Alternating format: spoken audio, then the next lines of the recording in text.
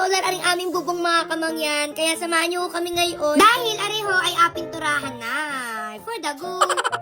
Ayun na nga niyo mga kamangyan, pagkarating nga niyo pala namin din sa dream house. Nagatnan ho namin sila na nandun nga niyo sa ibabaw ng bubong. Ang una ho, nagataka pa ako kung ano nga niyo yung inagawa doon. Ay sabi nga niyo ay inapinturahan daw. Nataka din ako mga kamangyan kasi sa tunay ho, sobrang gandang-ganda na ako sa kulay ng bubong. Ganyan, ang lamig sa mata. Pero nung binili daw ho kasi yung bubong mga kamangyan, may kulay na talaga yan na ganyan. Sadya daw ho na gayon yung agawin mga kamangyan na apatungan ulit, akulayan ulit, apinturahan ulit. Aliban ho sa mas mapapaganda yung kulay ng bubong ay mas mapapatibay ho yan. Mas madadagdagan ho yung taon na matibay siya. Ay, sana all matibay. So dahil ho dyan mga kamangyan, maiiwasan yung need agad magpalit ng bubong, may aayusin, may butas, may ganyan. Siyempre, bubong yan mga kamangyan, siya yung taga-salo. Init, ulan, talagang pabago-bago yung panahon. Tapos nasa gitna pa ho kami ng bukid. Baka rin ho pala magtaka kayo mga kamangyan kung ano nga niyo pala yung gamit namin na pintura din sa dream house. Ari nga niyo pala yung joton. As in, hindi lang sa bubong mga kamangyan, buong dream house, sa labas, sa loob, sa bubong, sa bakod, gayaan. And alam nyo ga mga kamangyan, talagang nag-search kami kung ano yung magandang pintura. Kasi isa huyaan sa magabigay ng hustisya sa dream house. Oo naman, kasi baka mamaya maganda nga yung design ng bahay, maganda yung pagkakagawa, tapos pangit naman yung pintura na agamitin. Ay di sayang lang.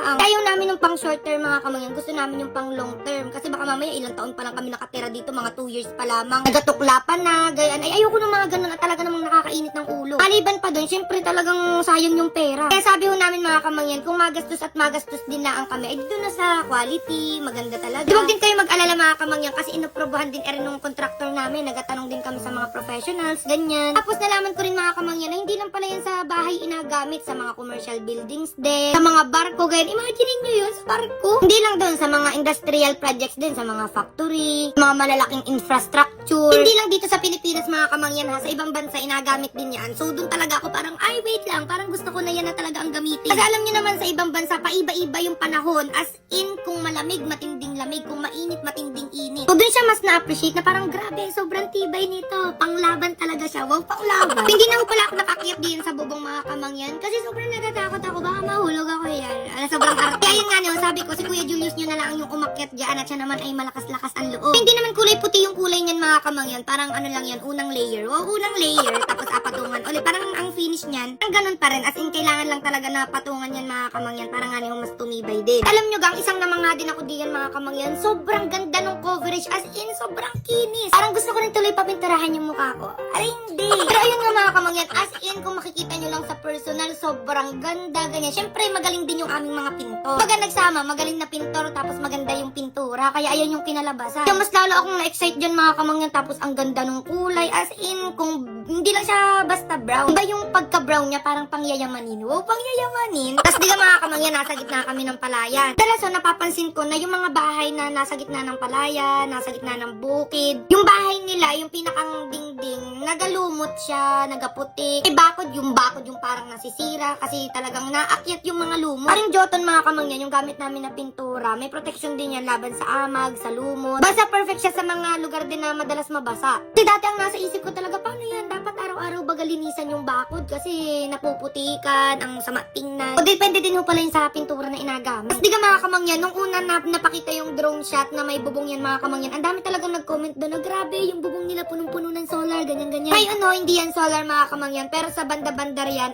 punuin din natin yan ng solar panels. Kasi sa tunay yung mga kamangyan, isa yan sa inuna namin, nag-invest din kami sa solar. Lalong-lalo na nasa gitna kami ng bukid, so talagang sobrang init niyan, sagip na sagip, salong-salo lahat ng init. And gaya nga nang sabi ko sa inyo mga kamangyan, huwag kayong mag-alala dahil apakita ko naman sa inyo once na ilagay na yung solar din eh. Sadyang may mga inauna lang, may mga kailangan lang natapusin bago nga niyo ilagay yung pinakang solar. And ang cute nga niyo pala dito ni nanay at tatay mga kamangyan kasi ayan, tuwan-tuwa sila diyan, nagapasyal-pasyal as in kung kami hindi kami nakakapasyal dyan. Sila yung halos araw-araw nandyan, sila na yung nag-update kung ano nang meron, kung ano nang nangyari, ano nang nadagdag. Kung mas na-excite kami, mas na-excite kayo, mas na-excite din ho sila. Kaya nga naman dahil mga solid kamangyan natin diyan na nagapagawa ng bahay or magapagawa ng bahay in the future. For sure, ang dami din na maiinganyo na gamitin aring joto na pintura na inagamit namin din sa Dream House mga kamangyan. Good news mga kamangyan, meron silang 10% discount sa kung magkano yung order ninyo. Basta gamitin nyo lang ho aring code or ipakita nyo tong picture na to, ganyan. Kasi syempre, sayang din yung 10%. Sobrang excited na ho talaga kami mga kamangyan na matapos itong Dream House. At punuin na rin ng maraming memories kasama yung family namin, mga kaibigan, yung mga magiging anak namin.